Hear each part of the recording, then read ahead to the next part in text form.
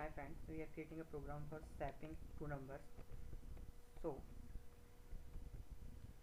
we are we are creating the swapping function. Second thing, creating the object obj and call the swapNum function. Okay, we are creating the function, passing the reference value num1 and num2. Right now, void swapNum reference int x and reference int y. Okay, we are creating this swapNum function. Now x equal to x plus y and y equal to x minus y, and x equal to x minus y. And now Console.WriteLine.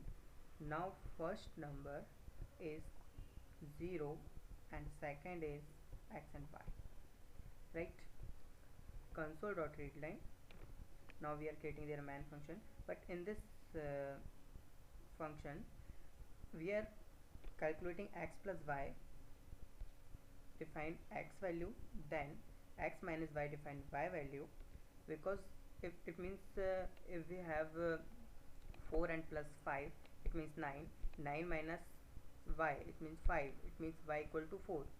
It means we are exchanging the value, we are swapping the values. Okay, now we are calling this function in a main function, int num2 program object equal to new program, Console.WriteLine, enter first number, num1 equal to convert to int, Console.ReadLine, enter second number, num2 convert to int, Console.ReadLine, check swapNum, reference num and num2.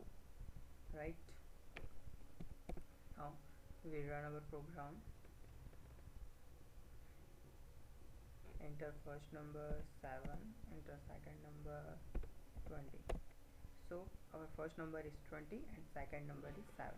Okay, thank you friends, please like my video and subscribe my channel. Thank you.